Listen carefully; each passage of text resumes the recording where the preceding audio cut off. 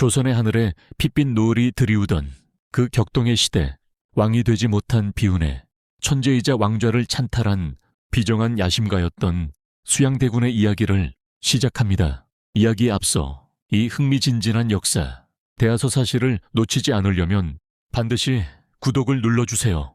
여러분의 구독은 더 깊고 생생한 역사의 뒷이야기를 발굴하는 더 큰 힘이 됩니다. 제1부 범의 발톱. 서린 권력의 갈망. 세종대왕의 둘째 아들 진평대군 훗날의 수양은 어려서부터 형인 문종과는 결이 달랐습니다. 문종이 온화한 달빛 아래 서책을 넘기는 선비였다면 수양은 거친 들판을 달리는 삭풍 속의 맹수 같았죠. 그는 활을 쏘면 백발백중이었고 말 위에 오르면 대지를 호령했습니다. 1. 가려진 야심. 세종 치하의 평화로운 조선에서 수양은 자신의 발톱을 숨겨야 했습니다. 하지만 그의 눈은 언제나 옥좌를 향해 있었습니다. 부왕 세종이 승하하고 문종이 즉위했을 때만 해도 수양은 충성스러운 아우의 가면을 쓰고 있었습니다. 그러나 문종의 병약함은 수양의 가슴속에 잠자던 권력에 불씨를 지폈습니다. 형님, 이 나라는 문웬 만으로는 지킬 수 없습니다. 무우르의 기계가 필요합니다. 그는 남몰래 무사들을 모으고 책사 한명회를 만나며 거사를 도모하기 시작했습니다. 압구정의 정자 아래서 한명회는 수양에게 속삭였습니다. 대군, 때를 기다리십시오. 곧 찬바람이 불 것입니다. 2. 어린 왕과 고립된 늑대. 문종이 즉위 2년 만에 승하하고 겨우 12살인 단종이 즉위하자 조정은 요동쳤습니다. 김종서와 황보인 등 원로 대신들이 황표정사를 통해 권력을 독점하자 수양은 이를 명분으로 삼았습니다. 어린 조카가 간신들에게 둘러싸여 나라가 위태롭다. 수양은 스스로를 왕실을 지키는 방패로 포장하며 세력을 확장했습니다. 하지만 그의 마음속엔 방패가 아닌 모든 것을 집어삼킬 칼이 갈리고 있었습니다. 제2부 계유정난. 피로 물든 경복궁의 밤. 첨사 53년 10월 10일 달빛조차 숨어버린 그날 밤 수양대군은 드디어 숨겨둔 발톱을 드러냈습니다. 역사는 이를 계유정난이라 기록합니다. 1. 김종서의 최후. 수양은 직접 철퇴를 들고 당대 최고의 권력자 김종서의 집을 찾았습니다. 대감, 드릴 말씀이 있어. 문 밖으로 나온 김종서에게 수양의 수하 이문이 철퇴를 휘둘렀습니다. 조선의 호랑이라 불리던 노장은 비명 한 번 지르지 못한 채 쓰러졌습니다. 그것은 서막에 불과했습니다. 이 살생부의 완성, 한명회의 손에서 작성된 살생부에 따라 궁궐에 문이 닫히고 피해 숙청이 시작되었습니다.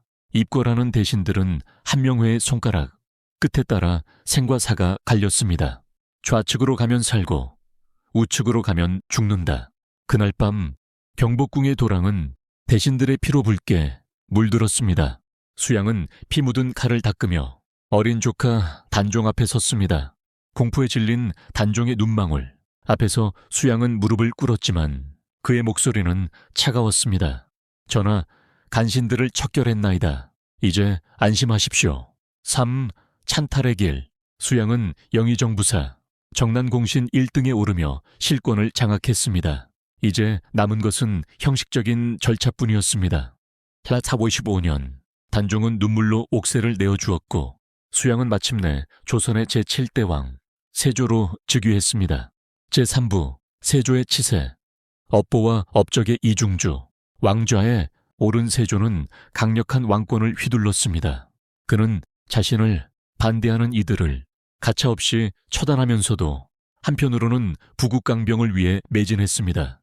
1. 사육신과 단종의 비극. 성삼문, 박팽년 등 집현전, 학사들은 단종 보기를 꾀하다 발각되었습니다. 세조는 이들을 잔혹하게 고문하고 처형했습니다.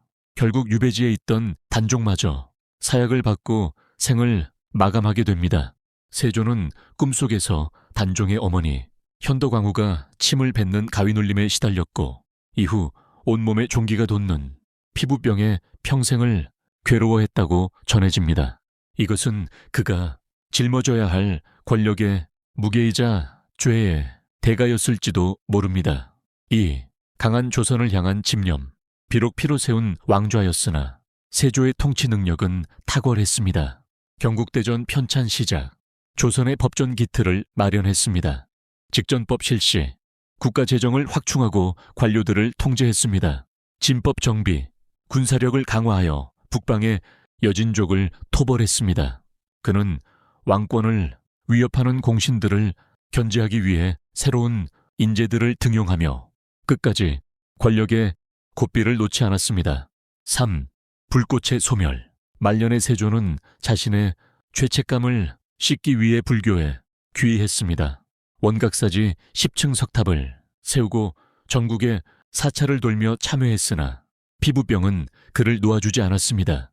1568년 세조는 파란만장했던 생을 뒤로하고 눈을 감았습니다. 수양대군, 그는 찬탈자였을까요? 아니면 결단력 있는 군주였을까요?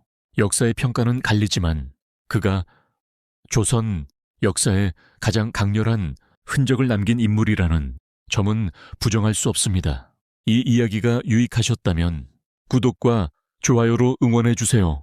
다음 시간에는 세조의 뒤를 이은 예종과 성종, 그리고 훈구, 세력의 대두에 대해 다뤄보겠습니다. 혹시 세조의 정책 중 더 구체적으로 알고 싶은 부분이 있으신가요? 말씀해 주시면 상세히 설명해 드리겠습니다.